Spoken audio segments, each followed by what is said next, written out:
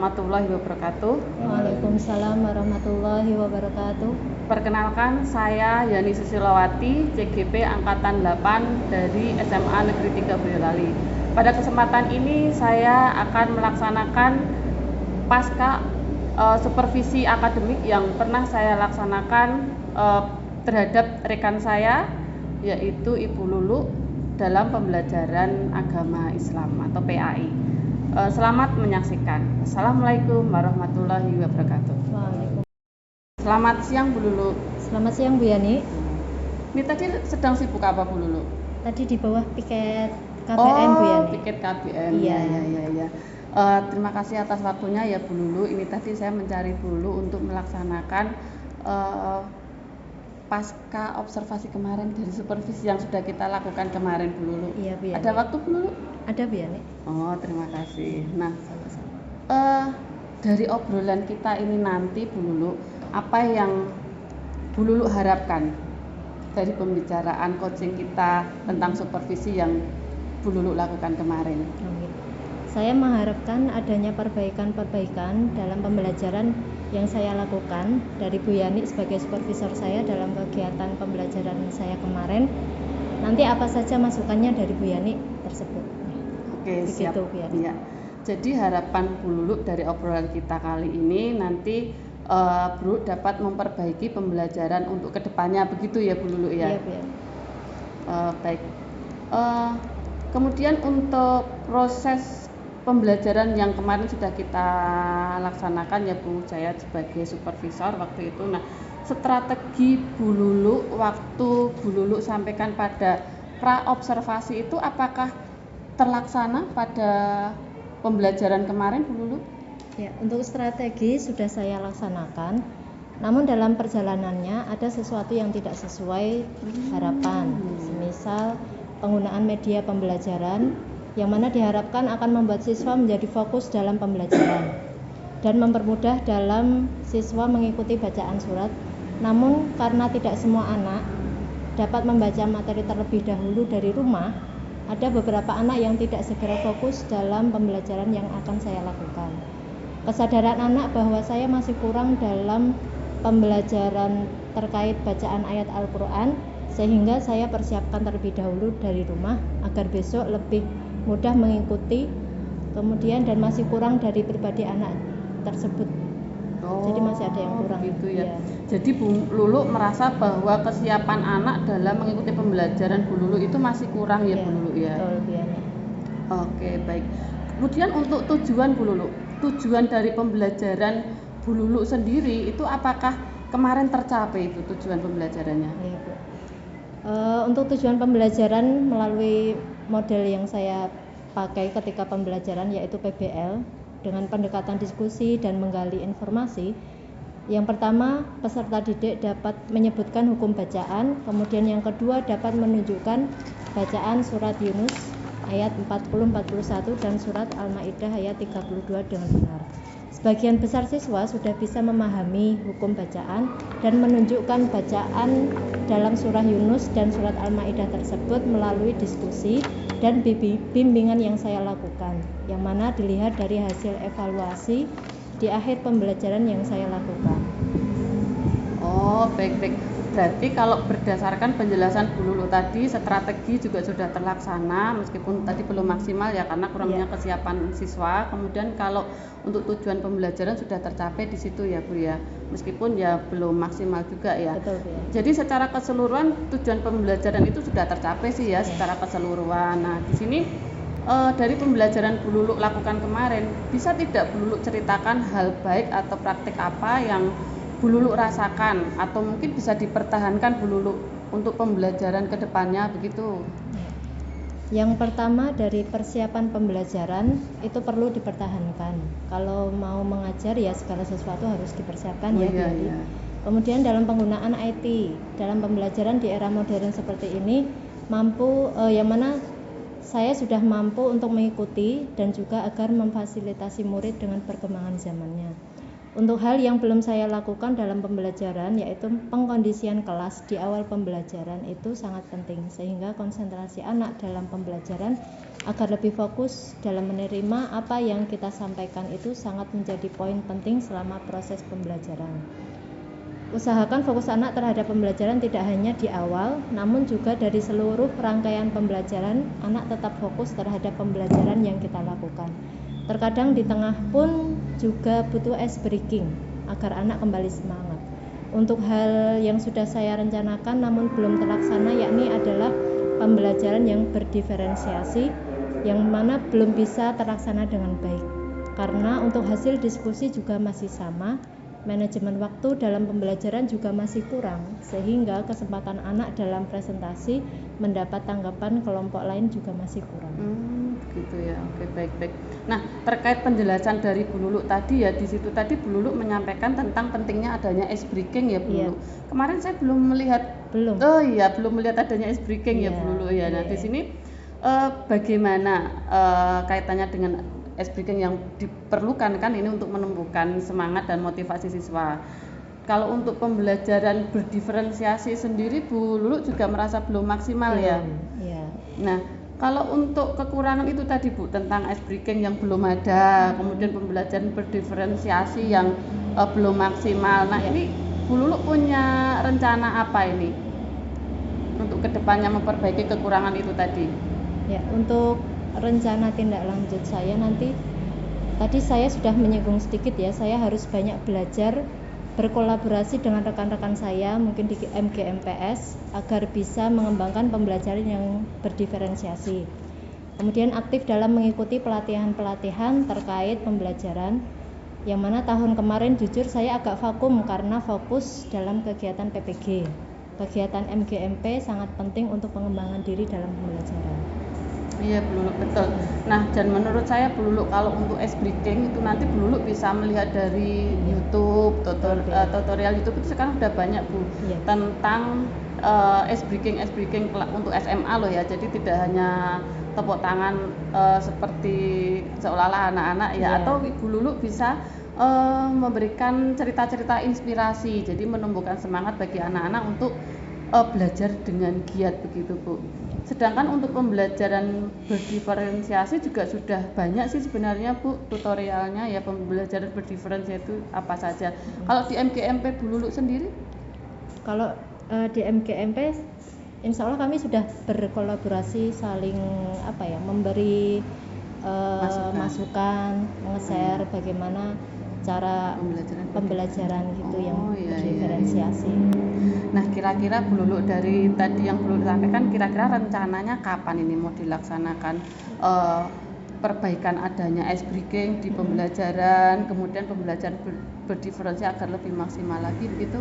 Ya, insya Allah saya sesuaikan dengan pembelajaran saya di kelas 11 ya. 11-2 berapa sebelum mulai pembelajaran mungkin saya mencari referensi dulu. Iya, dan menanyakan secara aktif kepada teman-teman MGMP. Iya Bu, memang untuk pembelajaran berdiferensiasi dan kurikulum merdeka ini kita memang harus aktif ya mencari informasi, atau mungkin kita berkolaborasi dengan rekan-rekan kita tentang pembelajaran berdiferensiasi. Nah, kalau untuk keberhasilan yang Ibu Lulu bisa lihat terhadap peserta didiknya apa ini dari pembelajaran kemarin, yaitu pembacaan surat Yunus dan surat ya. Apa ini bisa dilihat dari apa ini?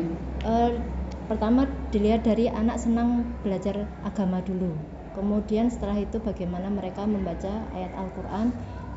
Selain membaca di sekolah, saya harap juga mereka mengaplikasikannya juga dalam kehidupan seharian mereka di rumah. Gitu Bu Yani.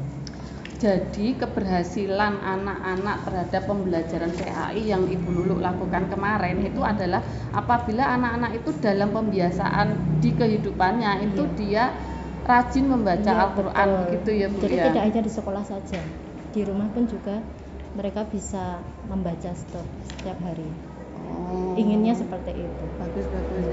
Kalau untuk daya dukungnya Bu Lulu, siapakah orang yang nanti berkaitan dengan rencana Bu Lulu ini?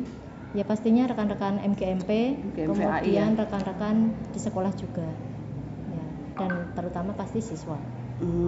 Ya Bu Lulu, ya siap. Nah, jadi kita memang perlu belajar dari orang lain ya Bu. Iya, Jadi betul. belajar dari rekan-rekan kita, belajar dari siswa kita, dari komunitas kita yang ada di sekolah ini Bu Lulu, untuk mengembangkan kompetensi kita tentang pembelajaran berdiferensiasi, yang katanya tadi kan pembelajaran berdiferensiasinya belum maksimal ya Bu Lulu. Iya, Kalau Bu. saya perhatikan kemarin Bu Lulu ya, sebenarnya Bu Lulu sudah menerapkan pembelajaran berdiferensiasi loh Bu Lulu. Yang bagian Bu Lulu sudah menerapkan pembelajaran berdiferensiasi konten. begitu. Iya, jadi Salah satunya sudah itu. Ya? Sudah, iya itu juga sudah termasuk kategori berdiferensiasi. Bu Lulu telah menampilkan PPT dari YouTube, kemudian dari buku ajar, di situ juga sudah menunjukkan adanya diferensiasi konten Bu Lulu. Nah, tentang pembelajaran berdiferensiasi ini masih penasaran tidak ini Bu Lulu? Untuk proses dan produknya nanti bisa produknya mungkin siswa membuat hasil karya dari yang siswanya yang audio itu nanti mungkin dari rekaman. Iya, rekaman. Mungkin yang anak yang suka menggambar atau melukis itu nanti bisa menulis kaligrafi ayat-ayat tersebut. Iya.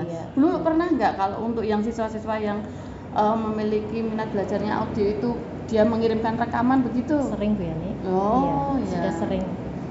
Rekaman membaca Al-Quran begitu ya Bu ya. Jadi kan saya juga tahu bagaimana anak membaca ayat Al-Quran, betul atau tidak, cara membacanya sesuai kaidah atau tidak itu.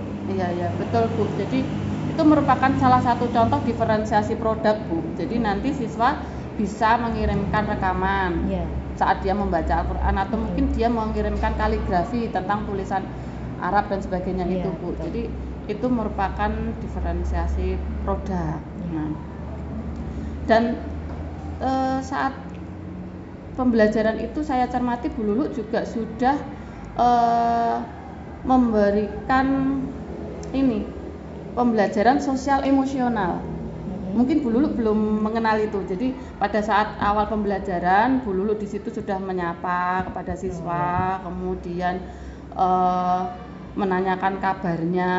Itu sudah termasuk ya Bu? Sudah, itu sebenarnya sosial emosional Bu, tetapi saya mengenalnya juga saat di guru penggerak Bu. Jadi silakan nanti ikut guru penggerak Bu. Iya, saya mengenalnya di sana. Ya, kemudian di situ juga diawali dengan doa, kemudian ada Asmaul Husna, itu kebiasaan juga. Iya, kemarin itu ada sosial emosional yang juga sudah ada. Nah, kalau tentang budaya positif Bu Lulu kenal nggak budaya positif? Dulu pernah ya Bu ya, sebelum guru penggerak sebelum Bu Yani, saya pernah mendengar dari Pak Azmi dan Bu Indi. Oh ya, Pak Azmi itu guru penggerak angkatan 4 yaitu beliau pernah diseminasi budaya positif. Nah, salah satunya itu kesepakatan kelas. Oh ya, tapi kemarin saya lihat di pembelajaran Bu Lulu belum ada kesepakatan kelas kan? Itu berarti masih perlu ditambah ya Bu ya. Nah, mungkin versinya Bu Lulu kalau kesepakatan kelas itu peraturan kelas yang setiap waktu ya memang sudah begitu. Nah, gitu ya Bu ya. Jadi begini Bu, kesepakatan kelas itu memang tadinya sudah dibuat di kelas, tetapi saat kita memulai pembelajaran kita perlu mengingatkan kembali tentang kesepakatan kelas yang kita miliki. Apakah anak-anak ingin menambahkan atau mungkin anak-anak ingin merevisi mungkin mungkin karena dari yang sebelumnya kurang cocok atau bagaimana gitu. Iya, jadi karena budaya positif itu harus ada pembiasaan Bu. Iya, betul Bu ya. Ya, jadi kesepakatan kelas ini kita berikan di awal pembelajaran. Kalau kemarin belum ada ya nanti semoga di pembelajaran berikutnya Bu Lulu sudah memberikan ya kesepakatan kelas. Kalau tidak ya mengingatkan tentang kesepakatan kelas yang ada di situ. Nah, kemudian untuk upaya Bu Lulu ya tadi sudah memberikan beberapa alternatif ya, misalkan belajar lewat YouTube dan sebagainya ya. Nah, kemudian untuk pengembangan Bu Lulu yang akan difokuskan ini tentang apa ini dari pembelajaran kemarin? Bu Lulu akan fokus di terutama di bidang IT ya Bu ya. Oh, IT ya. Betul. Bisa diceritakan maksudnya IT di sini? Salah satunya di bidang IT itu nanti untuk pemanfaatan sumber-sumber pembelajaran. Oh iya. Nanti lebih sering searching dari situ. Melalui internet itu juga sangat menunjang pembelajaran sehingga peserta didik yang masih lemah dalam pemahaman hukum bacaan itu dapat terbantu dari searching dari internet tersebut. Oh, tahu maksudnya saya ya. Jadi maksud Bu Lulu dengan memfokuskan pada IT, siswa itu bisa mencari referensi dari betul. sana. Cara bacanya bagaimana, agar fasih membacanya Al-Quran begitu ya Bu ya. Nah, di sini untuk ukuran keberhasilannya nanti apa Bu Lulu kalau misalkan fokusnya di IT? Untuk keberhasilannya penggunaan IT nanti siswa akan antusias dan hasil evaluasi dalam pembelajaran pun juga akan meningkat, atau bisa dilihat di situ mereka antusias atau tidaknya dalam menggunakan IT tersebut. Oh gitu ya. Iya Bu Lulu. Jadi memang anak-anak sekarang kalau cari anak yang soleh, habis maghrib baca Al-Quran dan sebagainya itu agak susah juga ya. Tetapi mungkin saat dengan mendengarkan suara lantunan di IT itu dia tergugah ya untuk mengikuti seperti itu, belajar dengan Bu Lulu di pembelajaran PAI ya Bu Lulu ya. Kalau untuk daya dukungnya Bu Lulu? Untuk daya dukungnya pertama bekerja sama dengan Sarpra kalau di sekolah ya Bu. Oh iya ya. Kemudian internetnya ya Bu ya. Internetnya di sekolah itu kira-kira stabil atau tidak, itu saya ini untuk daya dukungnya pastinya. Oh ya, saya tahu berarti internet di sekolah itu aksesnya mudah enggak untuk siswa begitu. Kalau sekarang kapan ini mau dilaksanakan, mau dimulai ini?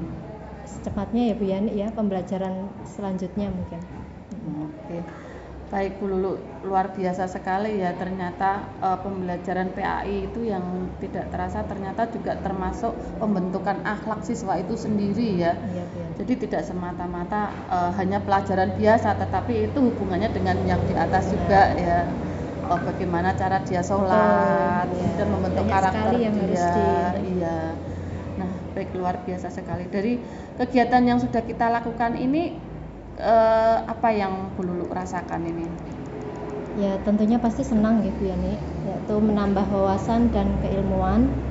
Meskipun pada akhirnya saya memang harus menemukan solusi-solusi untuk masalah pembelajaran saya sendiri yang membuat saya harus berpikir ulang dalam pembelajaran bagaimana lebih baik untuk siswa tersebut dan untuk diri saya sendiri juga. Iya Bu, jadi memang dalam pendidikan guru penggerak coaching yang digunakan seperti ini Bu, itu karena paradigma itu memberdayakan, pada hakikatnya kita bisa mencari solusi. Ya, dengan adanya coaching itu kita bisa mencari solusi dari masalah kita, dari potensi yang kita miliki dulu. Nah, saya di sini hanya melaksanakan kegiatan coaching Bu untuk memenuhi tugas ya. Jadi bukan senior, bukan menggurui Bu. Jadi kita masih sama-sama belajar dan juga sharing Bu ya. Iya. Terima kasih ya Bu atas waktunya. Semoga pembelajaran ke depan lebih baik lagi. Amin. Saya juga masih belajar. Terima kasih. Terima kasih Bu Yani.